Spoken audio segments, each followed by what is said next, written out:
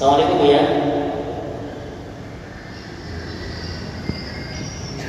Assalamualaikum Bu ya. Silakan Bu ya. Kami sedang menunggu nasihat tunjangan dari Bu ya.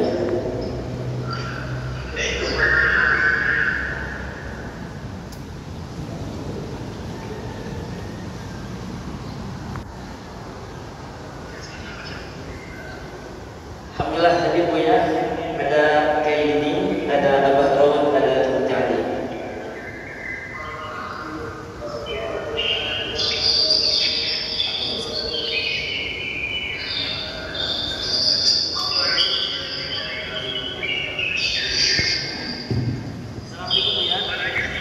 Assalamualaikum Bu ya.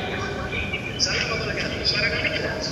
Suara Bu ya terdengar Bu ya. Silakan Bu ya, sudah hadir ada Profesor Dr. Kiai Jainuddin, ada Bu ya, ada Abah Rawat dan juga ada Mutadi. Semua kami sedang menunggu jangan dari Bu ya. Silakan Bu ya. Masyaallah, subhanallah. Bismillahirrahmanirrahim. Assalamualaikum warahmatullahi wabarakatuh. Alhamdulillah. Wassalatu wassalamu ala Rasulillah. Habibina sayyidina Muhammad bin Abdullah wa ala alihi wa sahbihi wa ala wa yarhamana wa innahu min waqti diskursalam. Pada jenazah umat dan amat yang sangat kami cintai, kami muliakan beliau dari para orang terkami Sayyidinatul Dewan Syariah Al-Iqam dan juga para pejuang-pejuang anti-pro semuanya, Masya Allah, yang sangat kami cintai. Alhamdulillah. Yang harus kita utamakan adalah menyadari apa sih yang kita lakukan saat ini, apa yang kita kerjakan saat ini. Yang tidak sadar yang kita lakukan akan salah. Artinya salah tujuan, salah harapan, tidak akan membuahkan kebaikan. Yang harus kita sadari bahwasanya yang kita lakukan ini adalah karena Allah, untuk Allah. Al-Zikr adalah wajah perjuangan, dan kita semua saat ini ingin menunjukkan atau ingin melanjutkan perjuangan-perjuangan yang sudah ada di dalamnya. Maka yang perlu adalah kita tata hati kita. Misalnya tujuan kita bukan tujuan dunia, bukan tujuan kerja, sehingga tidak ada di dalam perkumpulan ini kecuali keridhaan Allah yang kita cari. Ada tiga hal dalam sebuah perkumpulan yang diperhatikan, membantu diri kami sendiri. Tanda ketulusan di dalam berjuang. Tanda ketulusan di dalam berjuang adalah yang pertama. Tanda ketulusan dalam berjuang yang pertama adalah dia akan istiqomah. Kenapa ini Cikarang di sana?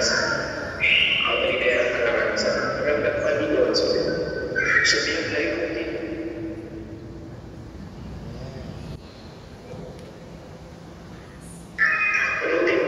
Kenapa bisa rutin? Keyakinan bahwasanya di akhir bulan nanti mereka akan dapat gaji yang dapat patungan. Keyakinan akan ada gaji. Kenapa sangat mereka? Sehari saja dia mendengar berita bahwasanya bosnya di bulan ini tidak akan memberikan gaji, maka dia bekerja menjadi pegawai. Mereka yang bisa istiqomah karena ada keyakinan bahwasanya akan dikasih gaji oleh bosnya yang bisa saya bosnya. Sementara kita ini yang dengan Allah yang tidak pernah berbohong dan maha kuasa dengan kasih sayang dengan agung yang karunia-Nya, kenapa kalau berjuang masih gagal dan dia akan tidak dari istiqomah? Jadi ketika istiqomah dan hubungan dengan kerosan. Jadi istiqomah.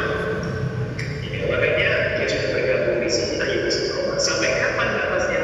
Sampai kita mati nanti. Sampai kita mati. Dan kalau ada orang yang istiqomah, ya sebenarnya kita yang percaya dengan Allah. Percaya. Memang Allah memberi kepada hari ini besok tidak. Jadi kita adalah fokus. Karena tidak betul kalau Allah memberi kepada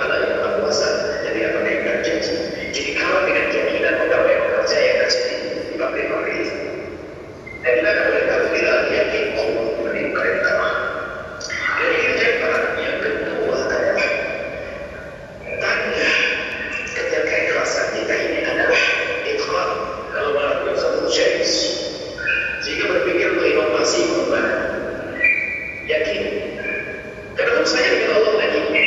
Urusannya dengan Allah, yakin kita dengan Allah. Ibaratnya tadi, kalau seorang yang bekerja tadi di pabrik tadi, ternyata ada perintah dari bosnya, bahwasanya pasang CCTV, dipasang CCTV, kemudian kalau kamu benar kerja, maka kasih bonus 1 kali lipat. Bonusnya 1 kali lipat dari gaji. Yakin semuanya akan semangat karena bonus 1 kali lipat. Kemudian dipasang CCTV. Kemudian kalau tiba-tiba listrik mati, dia kalau listrik mati nggak ada CCTV. Ya lah, kalau listrik mati, ya. Jadi boleh longgar dia. Boleh longgar. Kenapa? Kontrolnya mati. Dan kita ini yang dijanjikan dengan pahala lipat-lipat, yakin Allah melihat dan Allah tidak tidur. Kenapa waktunya harus seperti CCTV? Tidak serius. Ada bonus yang Allah berikan. Serius. Dan kita rindu berdoa Allah serius. Jadi sambil berjalan kamu tidur mikir. Maka kan selalu sampaikan ini ada teman-teman berjuang. Kalau kita berpikir tentang berjuang bukan di saat kita duduk di meja kerja, bukan sambil berjalan sendiri. Kita berpikir berinovasi. Gimana ada berkembang? Terus karena di saat kita berpikir ada nilai perbuatan dari Allah. Sehingga kalau orang Islam seperti itu bercahaya dakwah. Tidak hanya. Saya teringat guru kuliah Abu Yahya Abdullah Imam Baru mengajar coba kamu berinovasi. Terus berpikir, sehingga yang namanya dakwah itu berkembang, bukan hanya model begini, bukan hanya cara begini, bukan ini. Terus bagaimana berkembang? Dalam bahasa lainnya, berinovasi adalah ini tanda ketulusan kita. Kamu ingin mengharapkan kebaikan Allah Taala yang serius dalam berjuang. Jangan setengah-setengah. Jangan setengah-setengah. Membuat inovasi apa yang bisa kita buat? Bukan hanya sekedar kita buat misalnya pesantren dengan model ngajar santrinya. Ada lagi yang dibutuhkan umat, ada lagi media barangkali, apa lagi. Dan termasuk al-dzikr, insya Allah semua di dalam ada orang ikhlas. Terus semuanya yang berpikir untuk berinovasi kepada dakwah. Bukan sekedar mengikuti majelis al-dzikr, akan tapi dirikan bersyukur kepada Allah. Ada lagi yang lainnya, ada lagi yang lainnya, potensi lah. Kita gali potensi dan kita bisa sinergi dengan potensi untuk membangun kekuatan dakwah yang besar. Kalau tidak akan sia-sia, akan berakhir di sana. Kita ingin kisah kita tidak berakhir, bisa kejayaan kita di dunia dan di akhirat, yaitu dalam dakwah. Yang ditanda ikhlas untuk al-itqan, keseriusan dalam berjuang.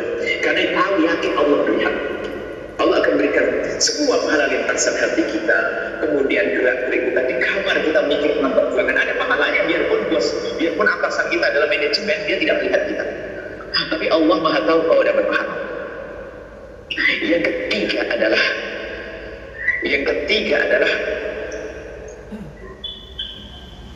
di jalan berjuang, tolong ini penting sekali. Jangan berpikir apakah jadi ekor atau jadi kepala. Kalau dalam perjuangan sudah mikir jadi ekor atau jadi kepala, yang terlalu adalah urusannya. Jangan mikir jadi ekor atau jadi kepala. Yang jelas kita tutup kebersamaan untuk sampai kepada surga. Kita membuat kendaraan. Siapapun yang ada di jalannya, bukan sapunya, security-nya, bukan masaknya, ustadznya, donaturnya, satu gerbong ini. Jadi jangan berpikir, kenapa saya sudah angkut di ekor, kenapa saya di sini? Nah, jangan. Makanya kalau kita hanya berpikir, kita hanya berpikir untuk siapa jadi kepala, jadi ekor, maka kita ilah. Ini adalah forodai ketulusan kita. Kalau ternyata misalnya kita kok mendapatkan amanat, misalnya saya dipilih, misalnya saya contoh. Nah kok saya memang mampu, ya saya menjalankan. Kalau saya tidak mampu, saya tidak bantuan mereka. Kemudian atau di saat kita menyuruh orang untuk memimpin, kalau dia tidak mampu, selanjutnya kita bukukan, kita kuatkan, kita bantu. Jadi nggak hanya istilahnya menjatuhkan, meruntuhkan. Selain berjuang harus maju siapapun di depan. Yang jelas siapapun dari kita, jangan berpikir tentang siapa yang jadi kepala, siapa yang jadi ini, termasuknya diriku. Kenapa saya sudah bekerja lama, berjuang lama, tidak jadi ini, jadi itu? Bukankah tidak cukup? Apakah belum cukup kita menjadi berjuang sudah selesai? Karena dalam sebuah pertemuan ini kadang-kadang subhanallah akan menjadi semacam masjid saja, mohon maaf, insya Allah di Quran semuanya. Masjid aja ini ada perebutan jadi ketua IKM. Sampai gara-gara ini cari ketua IKM karena di sholat di situ saya cari nggak ada orangnya. Rupanya sudah diganti, ganti. Gara-gara sebuah masjid itu bisa. Jadi ini perlu menata hati semuanya.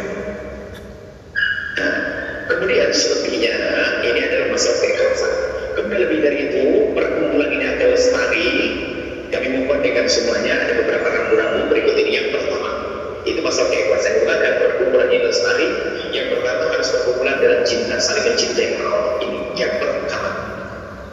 Kita saling mencintai kalau ditandai dengan saling mendoakan, bukan saling menjatuhkan, bukan saling mencaci, bukan saling menolak.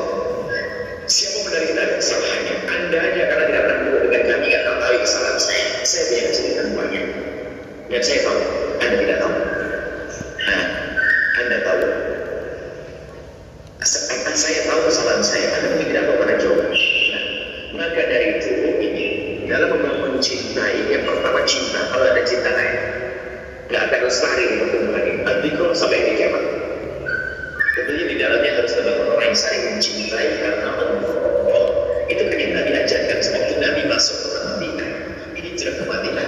Sebelum melakukan perjuangan apapun, pertama yang dilakukan adalah melakukan ukhuwah antara Muhajirin dan Ansar. Muhajirin dan Ansar sehingga begitu indahnya ukhuwah yang punya dua rumah dikasihkan satunya dan begitu seterusnya. Ya ini kalau tidak dihadirkan percuma nggak akan ada gunanya. Ukhuwah memandang ini adalah jalannya Rasulullah SAW, dan kita harus saling mencintai karena Allah. Ini adalah mana? Kalau tidak dengan saling cinta, ada gunanya terus berjuang. Yang pertama adalah membangun cinta. Yang pertama adalah untuk membangun cinta. Ini panjang sebetulnya, tapi ini ragu dari baginda Nabi kita pakai agar lestari. Alhamdulillah nanti insyaAllah aman saja. Cuma tidak ada masalah biar usia aman, tetap kita kasih ragu-ragu ini kan tetap hanya ada lampu merah, ini tetap saja dia rusak, nggak ada tandanya. Akan tapi ini ragu-ragu agar seperti maksimal. Yang pertama agar terbangun cinta itu adalah biasakan membuat saling mendoakan di antara kita. Untuk bangun cinta. Ini poin yang pertama bangun cinta. Yang pertama saling mendoakan. Kalau Anda membuka WA tentang Al-Quran, jangan dulu baca isinya di Al-Quran. Siapa yang mengirim?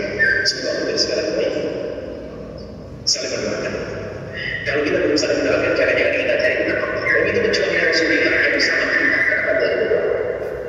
Kadang-kadang hanya gara-gara perselisihan sedikit saja Allah berdoakan. Lalu mana yang kita? Kalau ada kesalahan di antara kita, justru doa kita semakin banyak yang melakukan kesalahan. Misalnya, itu manusia akan kami mendoakan ini penting, bukan mencaci dan menolak. Saling mendoakan. Satu. Yang kedua untuk bangun cinta adalah jangan biasa menyebut kejelekan siapapun di antara pejuang ini, karena kita selalu punya kejelekan.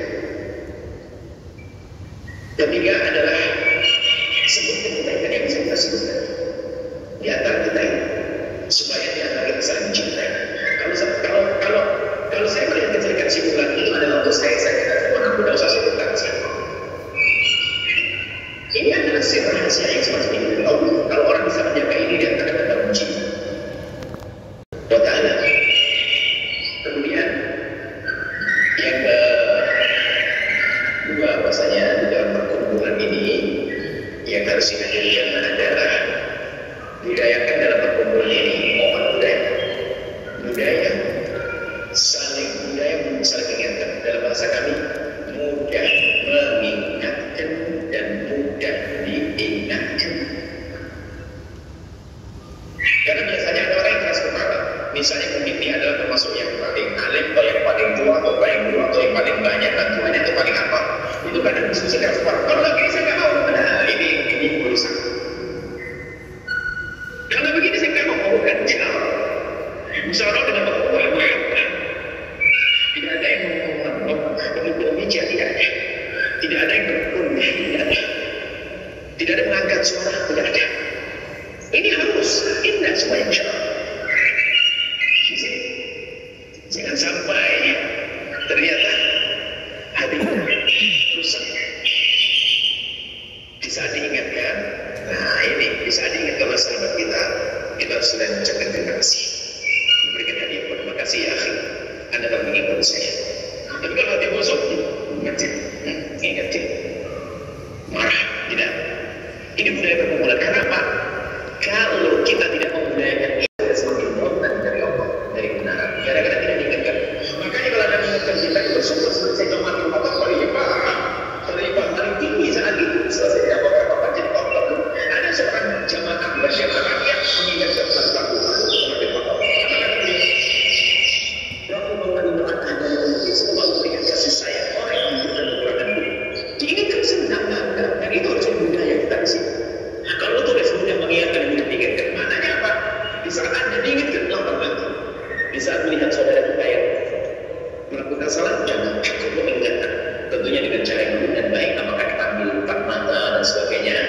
mengingatkan di mana Allah menghinakan bukan dipanggil ya akhi. Coba yang satu berani mengingatkan, yang satu siap mengingatkan, apa yang terjadi? Keindahan dalam sumber perhubungan, ya, keindahan dalam sumber perhubungan. Kemudian yang terakhir, ini adalah yakini bahwasanya yang tiga ini untuk menjaga kelestarian perhubungan ini. Lembaga atau perkumpulan ini adalah lahan akhirat. Catat lahan akhirat. Kalau sudah dijadikan lahan dunia, ada kan? Kata Imam Syafi'i, kilat dunia, anjing-anjing dunia akan bermusuh. Bukan lagi juga anjing-anjing dunia yang Syafi'i gambarnya. Jadi berbeda. Kalau sudah lahan dan waktu dijadikan lahan dunia, lahan akhirat adalah dunia sekarang. Maka kemarin sudah kami singgung, harus ini betul-betul lahan akhirat. Saya ingin selamat masuk di sini. Sehingga kalau ingin selamat itu bukan saya mengambil, saya memberi. Tujuan itu Nabi awal itu musim, saya ingin mati di sini. Cuma kan profesional yang bekerja bukannya indikasi membantu dan membuat bisa, bukan itu maksudnya. Yang penting jangan sampai kita membaca celah dakwahnya dan untuk mencari dunia. Ini bahaya sekali. Sehingga insya Allah apabila kita terjaga, saya minta menjelaskan pembunuhannya. Dan pondok-pondok pesantren yang tidak tertata hatinya, akhirnya ada di dalamnya macam-macam rebutan. Sehingga ada seorang sampai kejadian sudah menangis sang adik. Sang adik menangis supaya sumurnya ditutup oleh abangnya. Karena apa? Rupanya adiknya itu santrinya semakin banyak. Kan ada sebagian pondok itu masing-masing boleh membagi santri masing-masing. Jadi rupanya sang adik ini yang baru pulang, rupanya digemari oleh santri semakin banyak. Nah, abangnya itu santrinya sedikit. Dan sumurnya itu sumur warisan itu tempatnya sang abang. Karena sumur tempat sang abang itu merasa bahwa saya adiknya pesantren semakin banyak, itu langsung dibakar itu sumur. Nangis ibu adik dengan kami. Sang adik nangis, kalau saya buat sumur lagi malu dengan santri. Lalu kami nasihatkan, tinggalkan tempat itu, bukan di tempat yang lain, agar terjadi hubungan antara kau dengan abangmu terjadi masalah. Ternyata setelah keluar dari rumah, kenapa seperti ini? Karena dunia yang dicari, bukan Allah tadi. Belum lagi nanti rebutan kantin, rebutan ini termasuk nanti kami sudah sampaikan kemarin. Rizki ini belum. Kaset wejangan dari Murid yang mulia Buya Yahya dan kepada para dewan syariah, para ulama yang mulia, berikutnya telah kami sediakan jamuan untuk beramah-tamah dengan seluruh pengurus Dewan Pembina maupun Dewan Pengurus, dan kami menyediakan waktu sedikit saja untuk wartawan yang ingin memberikan audiensi wawancaranya dan hanya kepada Prof. Dr. Ki Haji Didin Habibuddin. Ya, kami silakan saja, dan waktu ini sangat terbatas karena beliau sudah harus berangkat lagi jam 7. Padat sekali jadwal beliau, dan kita doakan selalu. Kita kembali baca surah Fatihah pertama untuk murabbi tercinta Allah yarham Kiai Haji Muhammad Ma'ruf Inham, bahagia beliau di alam barzah sana. Dan untuk semua ulama-ulama kita, Allah berikan kesehatan yang sempurna. Allah jaga lahir dan batin semua yang mencintai kita. Al-Fatihah. Bismillahirrahmanirrahim. Ya kami Salatul ladzina ta'alaihim. Amin ya rabbal alamin. Kita tutup bersama dengan doa kafaratul majlis. Subhanakallahumma wa bihamdika asyhadu an la ilaha illa anta astaghfiruka wa atubu ilaik. Assalamualaikum warahmatullahi wabarakatuh. Silakan wartawan maju aja ke depan ya.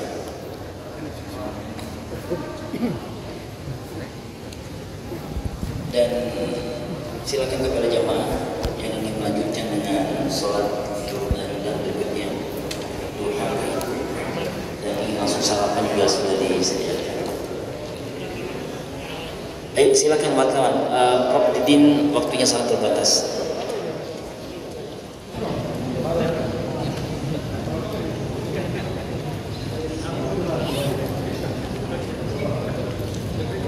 Baik, mohon berkenan barangkali Prof. Didin, Ayahanda Abah Harun Bahar, kita berfoto bersama. Ustaz Abdul Syukur, Pak Khatib Khalil, Bang Haji Indar Ja'far, Bang Ayahanda Haji Andang. Sebelum sesi pertanyaan wartawan ini disampaikan, mohon berkenan untuk ke belakang dulu agar ada ambil dokumentasi. Disilakan. Dan Pak Kris sebagai pengurus baru silakan di depan. Bang Tris. Ya.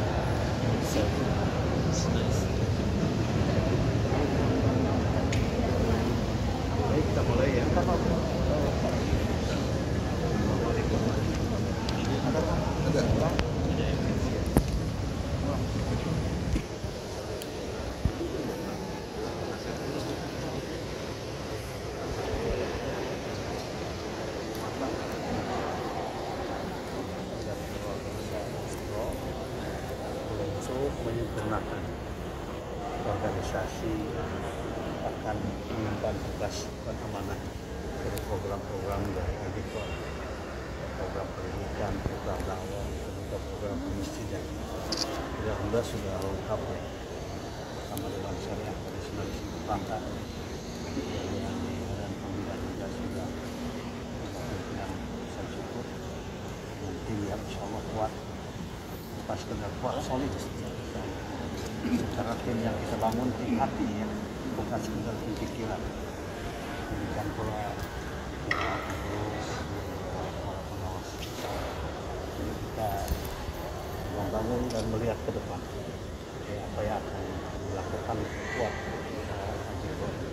Itu sebenarnya kita harapkan dari pertemuan pagi hari ini yang berlangsung dengan keluarga yang baik. Oh iya, berlangsung dengan insya Allah.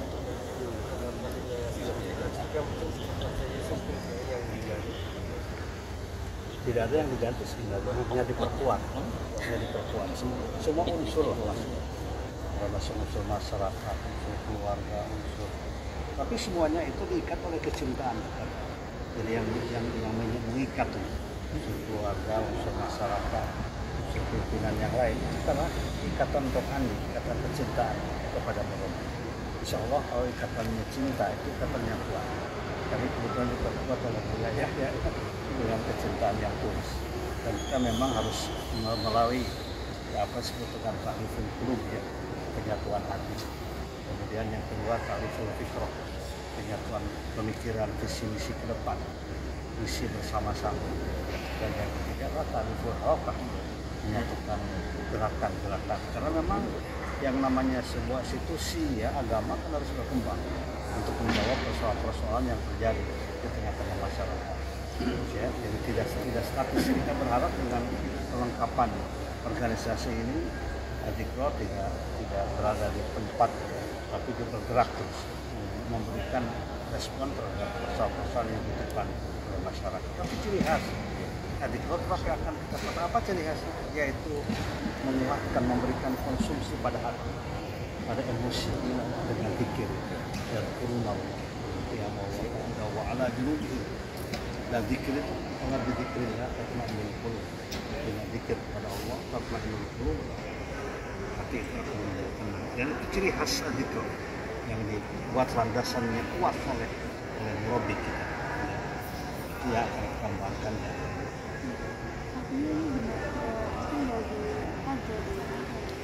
Tidak ada perubahan Iya, memperkuat saja, menyempurnakan lah. Tidak ada.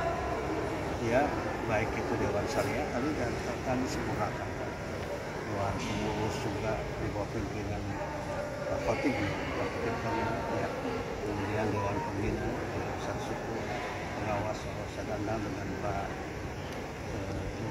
Indra. Jadi sebenarnya hanya memperkuat, lebih disatukan lagi, lebih diikat lagi. Itu harapan kita. Tidak ada. Dan iya, jadi artinya tetapi kaderisasi mesti kita persiapkan ke depan, karena ya organisasi itu dikatakan organisasi yang maju. Ketika persiapan kaderisasi itu juga dilakukan, dan di situ juga kita mencoba itu membangun, menguatkan kaderisasi. Mungkin kedepannya dengan struktur yang baru yang dipercaya lebih solid dan lebih kuat ini, mudah-mudahan target ke depan Zikran seperti apa sebagainya? ya Pertama, meneruskan apa yang sudah dilakukan oleh almarhum, penguatan majelis zikir dengan berbagai macam dimensi-dimensinya. Yang kedua, program pendidikan. Ya, pendidikan juga kan harus berkembang. Bahkan tadi usul dari Buya Yahya kan tentang program pendidikan kaderisasi ulama. Dia tadi jelas sekali ya saran bagaimana Adikro itu menjadi pusat kaderisasi ulama. Dan itu juga saya kira masukan yang sangat berharga. Pendeknya ke depan program-program ini akan sangat bervariasi, tetapi arahnya sama, tujuannya sama. Meskipun pintu-pintu yang akan kita buka bermacam-macam. Termasuk juga mungkin ke depan itu pemberdayaan masyarakat. Kenapa? Karena saya lihat kalau misalnya zikir ya di tiap minggu pertama ya, tiap bulan ketika almarhum masih ada, itu kan kayak kegiatan ekonomi kuat di sini, kegiatan pasar yang menghidupkan. Ya, UMKM itu sebenarnya di sini saling menopang satu dengan yang lain, dan itu merupakan potensi yang harus dipertahankan, dijaga, dikembangkan. Ya, Akan dilanjutkan lagi tradisi. mudah-mudahan nanti pengurus akhirnya, karena pengurusnya kan orang lama semua, yang sudah lama sudah, dan bukan sekedar lama ya, mereka sahabat-sahabat dekat dari almarhum, orang-orang dekat gitu ya. Jadi artinya sudah bukan dalam pikiran, tapi juga dalam hati program sudah ada. Hari Minggu itu kan setiap awal itu kan sebuah kekuatan yang dahsyat. Penyatuan umat kan begitu banyak datang dari mana-mana. Tapi juga ada kegiatan ekonomi di sini. Ya, kita lihat ada ratusan juta menghasilkan kegiatan ekonomi. Ini kan sebuah potensi ya. Saya yakin ketika di-manage lagi lebih baik, maka hasilnya juga akan lebih maksimal. Ya. Oke, ini satu lagi tadi. Iya. Juga bicara tadi program zikir mingguan itu kan bisa dikatakan bisa membeludak dan ramai umat ini. Salah satu dalam ini kami adalah nama besarnya almarhum begitu ya. Nah, Iya. ini menjadi tantangan tersendiri nggak sih untuk manajemen baru, bagaimana nanti mungkin bisa menarik lagi dan Iya, diperlukan kesabaran aja. Karena yang namanya sebuah kekuatan itu kan didapatkan secara berproses. Tidak benar, misalnya tidak mungkin bulan depan membludak tiba-tiba, tidak mungkin. Tapi harus ada proses-proses yang kita lakukan secara bertahap. Kemudian masyarakat melihat bahwa memang betul-betul ya Adikro dihidupkan kembali, suasananya dihidupkan kembali. Nanti kepercayaan juga akan timbul. Karena kepercayaan itu kan tidak bisa dipaksakan. Ya, kepercayaan itu timbul dari hati. Dan hati itu setelah melihat misalnya yang nanti yang insya Allah yang duduk di sini orang-orang amanah, mereka juga akan datang. Ya. Itu mungkin apa sih yang melatar belakang diperkuatnya Iya, kebutuhan, tantangan. Karena kalau kita single fighters kan itu nggak mungkin. Ya. Tantangan semakin banyak. Makanya dari berbagai unsur sekarang dimasukkan untuk menguatkan. Tapi unsurnya sama ya, walaupun berbeda profesinya. Ya, tapi unsurnya sama, unsur hatinya sudah menyatu di Adik. Mereka orang-orang yang aktif sudah lama, jadi bukan orang yang baru. Ya, jadi ketika bicara Adikro sudah keluar tuh sekaligus ya apa yang dalam pikirannya, ya keinginan, harapan. Begitu ya, cukup ya. Mohon dukungannya ya. Mungkin kenapa tidak ada nama anak-anak almarhum yang dilibatkan dalam manajemen baru ini? Iya, kita berharap anak-anaknya menjadi murabi nanti. Harus dididik dulu, harus disekolahkan, pesantrenkan, dan mereka sudah setuju semua. Jadi tidak ada yang ditinggalkan, tidak. Ya, jadi semuanya kita berikan kesempatan karena sunnahnya ya, sunnah di pesantren itu kan biasanya pada dzurriyyah, bukan pada orang lain, pada dzurriyyah. Orang lain sebagai penguat, tapi biasanya dari bapak ke anak. Tapi anak ini mesti dipersiapkan. Ya, karena almarhum meninggalnya kan dalam kondisi masih hidup. Mereka itu maka kita semua sepakat. Ya, bahkan tadi subuh, ya sebelum subuh kita sudah sepakat untuk bagaimana menguatkan peran dari dzurriyyah ini ke depan. Tapi harus diberikan pengalaman, pengetahuan dan sebagainya. Putra beliau Amr yang kedua itu di kampus saya kuliahnya sekarang. Ya, karena itu titipan langsung dari almarhum sampai dengan saya. Ya, jadi itu dalam kerangka kaderisasi. Jadi kita persiapkan dengan baik. Terus coba sehingga estafet yang terjadi nanti bukan semata-mata estafet karena nasab karena keturunan, tapi juga kemampuan, kapabilitas, pengetahuan, profesi dan lain sebagainya. Artinya ke depan mereka akan Iya, siapa lagi kalau bukan mereka? Ya siapa lagi? Kan juga sudah biasa itu di pondok pesantren. Ya, begitu memang tradisinya begitu, dan tradisi itu tidak hilang. Gontor Ponorogo ya, sudah berapa puluh tahun, di tahun 90-an kan. Ya sekarang kan sampai cucu-cucu kayak ini. Memang begitu. Dari orang tua pada anak terus ya. Mohon dukungan kebaikan ya. Informasi yang baik silahkan disebarkan. tapi memang ini berkuat karena banyak kabar di Mesir yang kita tidak karena itu terlalu kecil ya. Kalau kita bicara hanya mendengar selentingan kemudian kita membuat sebuah gebrakan terlalu kecil, terlalu goyah nanti. Ya, tapi kita bikin perbaikan karena memang dari hati, dari pikiran, dari kesadaran bersama. Kesadaran orang-orang dekat dari almarhum, orang-orang yang cinta pada almarhum, baik dari kalangan keluarga maupun juga dari teman dan sahabat. Insya Allah sangat kuat. Jadi bukan karena selentingan yang kena sampah ya kita akan bukan karena itu ya perbaikan. Ya.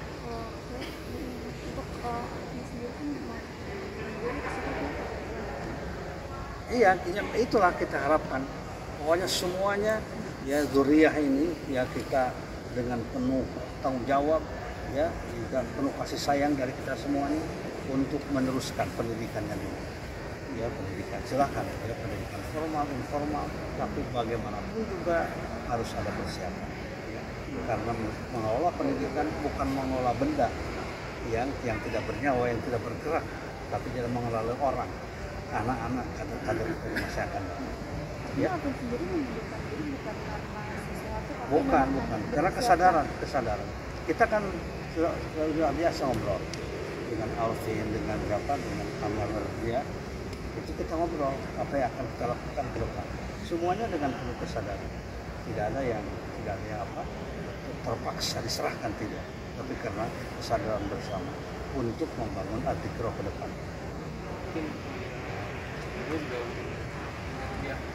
Sudah siap. Ya. Secara otomatis ya nanti. Secara otomatis. Hanya kesempatan ini kan harusnya manfaatkan. Masih muda kan.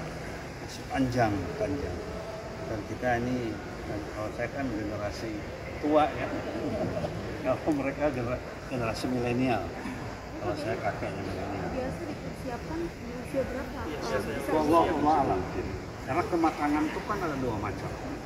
Ada karena kematangan karena faktor usia, tapi juga kematangan karena pengalaman. Walaupun misalnya dia baru 25-30 tahun tapi sudah matang, sudah mampu, paling tidak matang untuk memimpin sebuah organisasi yang besar ini, itu nggak ada masalah, ya, begitu ya. Oke, cukup ya. Terima kasih banyak Pak Kiai. Aduh.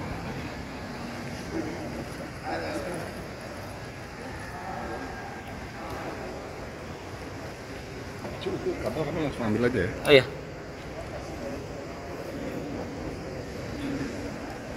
Ada namanya yang lengkap siapa ini? Yang mana? Tadi Pak Kiai yang di tengah. Didin Hafiuddin. Kiai. Profesor Dr. Kiai Didin Hafiuddin. Tulisannya Nah itu gimana ya? nggak ada ini ya strukturnya gitu. Di sini sih Dindin. nggak ada. Didin Hafiuddin apa ya?